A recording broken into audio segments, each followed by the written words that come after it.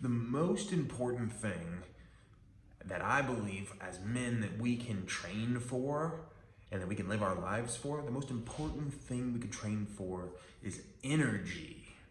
Is actually having more energy and more fire and passion and vitality.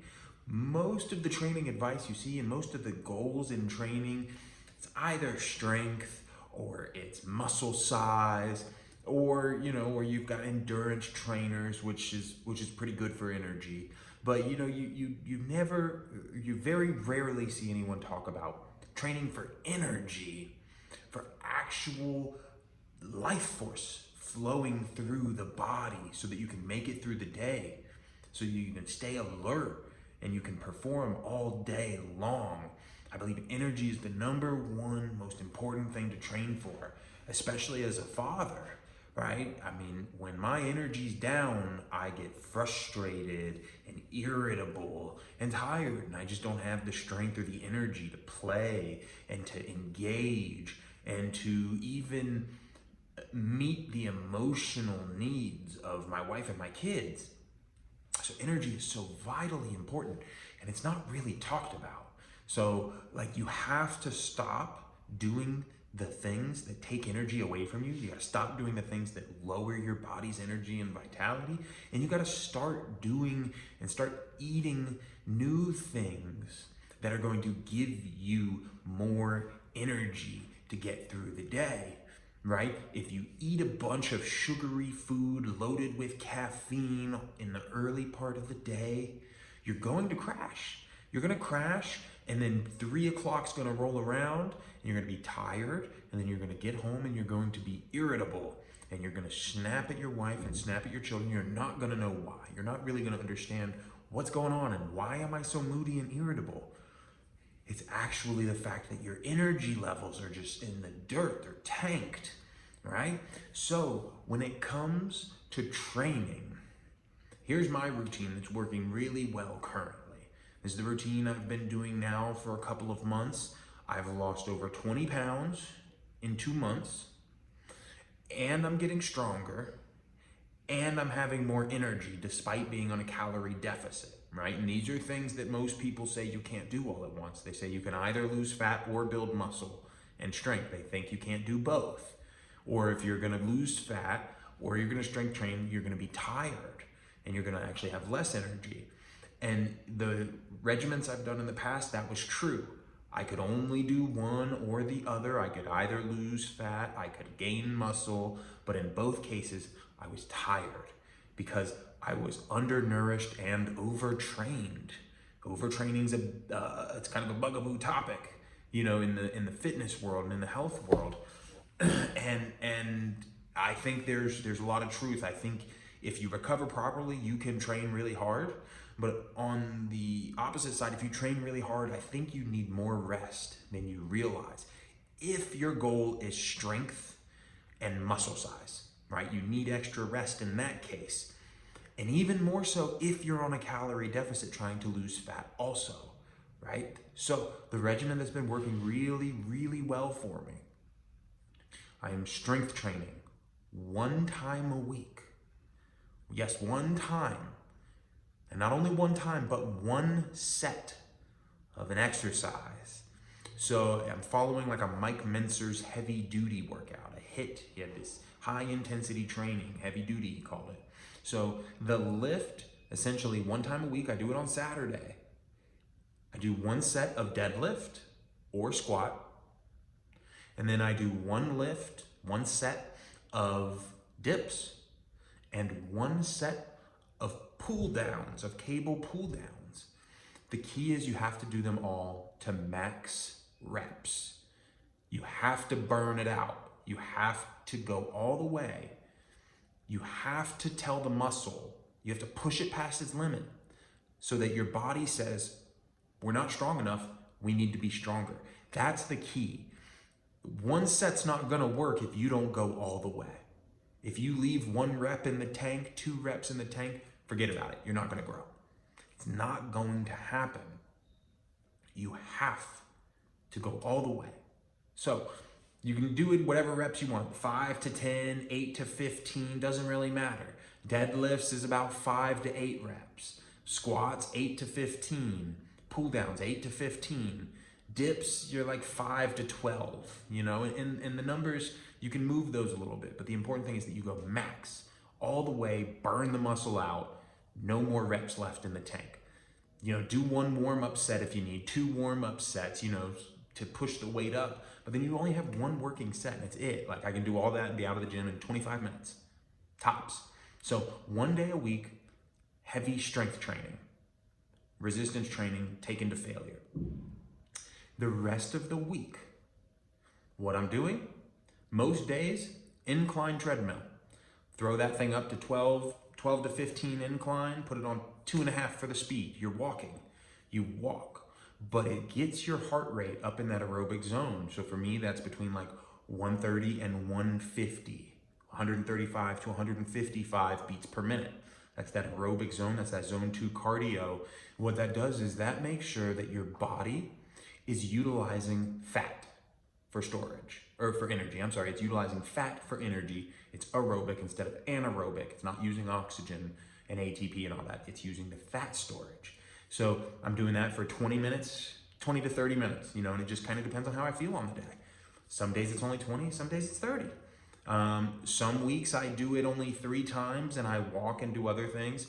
Some days I do 5 days of incline treadmill. It's not ultra specific. You don't have to be crazy with this stuff. You adjust and you give your body the time to really rest and recover so that you get the muscle growth, right? If you're feeling really tired, don't do the incline treadmill that day. Let your body rest and recover. Eat a little bit of extra food if you need so that you get the muscle size and strength still. Because you're only doing one day a week of the training, of the strength training. So you've got your 1 day of strength training. You've got your 3 to 5 days of incline treadmill. And that's it, dude. That's the meat and potatoes of what I'm doing. And I'm gaining strength. I'm losing weight still, even on a calorie deficit. And my energy is through the roof because 1, I am not overtraining. I am not overtaxing my nervous system. If you get in there and you lift 5 and 6 days a week, and you're actually pushing it to where you can grow, your nervous system's gonna be shot. Your muscles are gonna be burned. You're not gonna be able to recover. Your body's gonna stay in a fight or flight response. It won't get to fully recover. Your nervous system's gonna stay lit up and burnt out, okay? And that's gonna make you feel tired. So 1 day of heavy strength training gets you fired up, gets you feeling big and strong.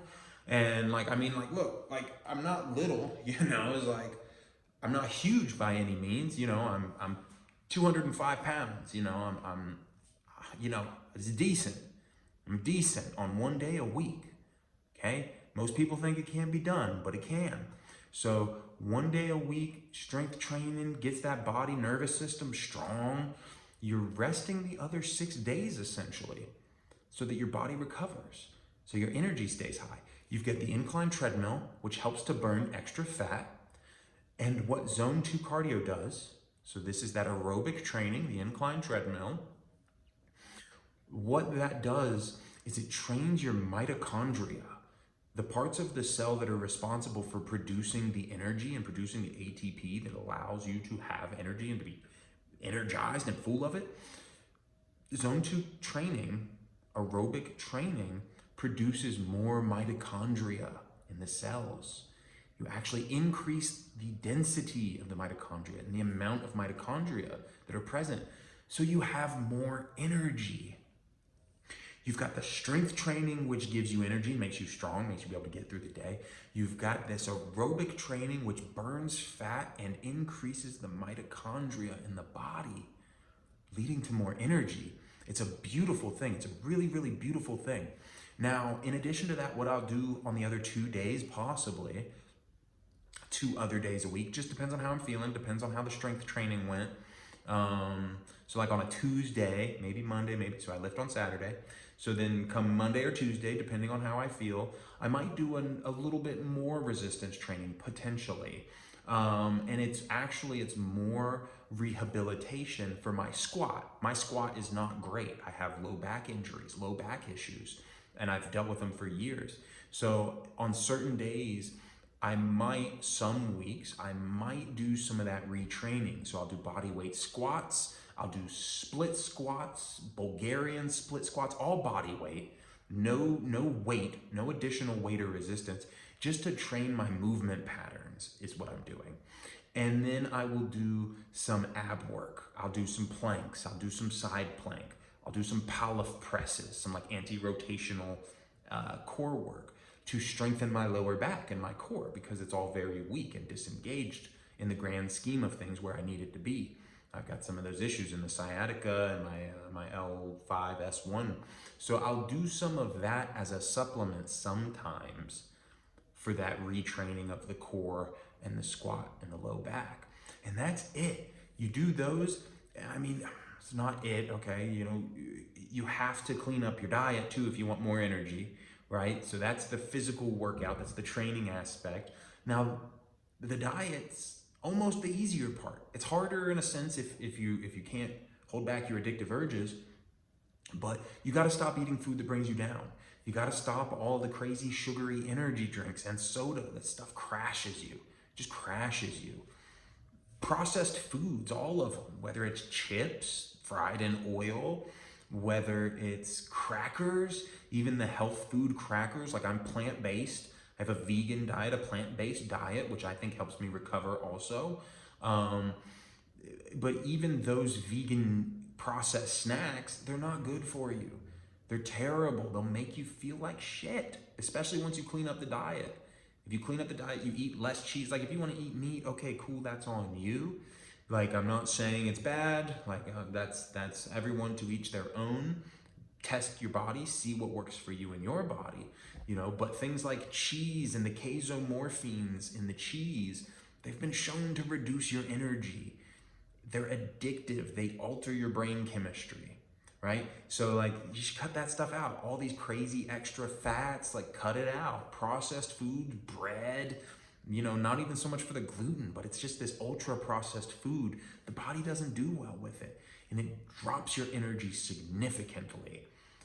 Don't just take my word for it, play around with it, see what you think, you know, cut some of these foods out and see how you do.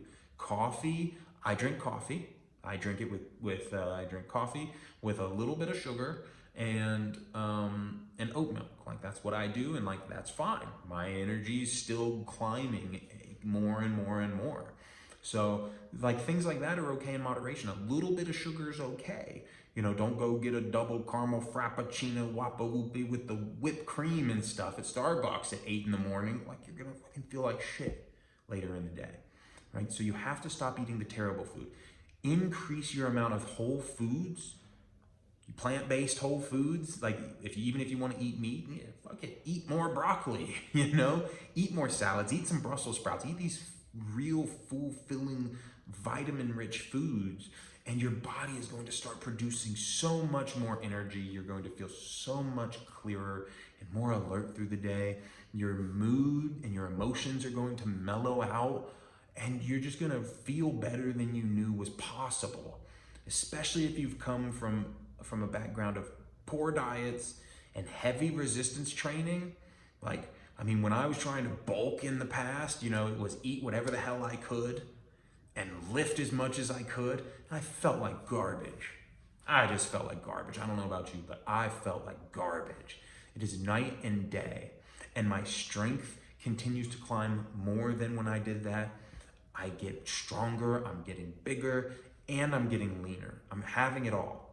Like, so it's so important, guys. Like, I guess all of that's kind of aside. Whether you want to lose fat, yeah, lower fat's going to increase your energy. More muscle's going to increase your energy. Even if you're not worried about that stuff, if you're not worried so much about the training aspect of things, just focusing on doing things that raise your energy and focusing on cutting out the things that lower your energy will improve the quality of your life so much. So much. Like, again, we don't talk about this. We don't talk about our energy levels and how to train and how to live for better energy and better vitality. And like, this is something that's just being more and more important to me.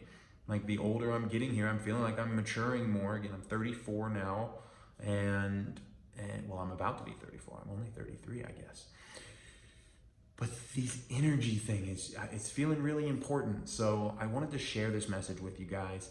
Let me know in the comments, like, what stood out to you? What was one thing that was like, seems interesting? Or like, maybe like, hell no, there's no way that's true. Like, if you think I'm wrong, call me out. Put it in the comments. What stood out? What do you like? What do you want to try? Right? What are you going to do to make your energy better? Leave it in the comments. I'd love to see what you have to say. I'll respond to every comment. Let's go, guys.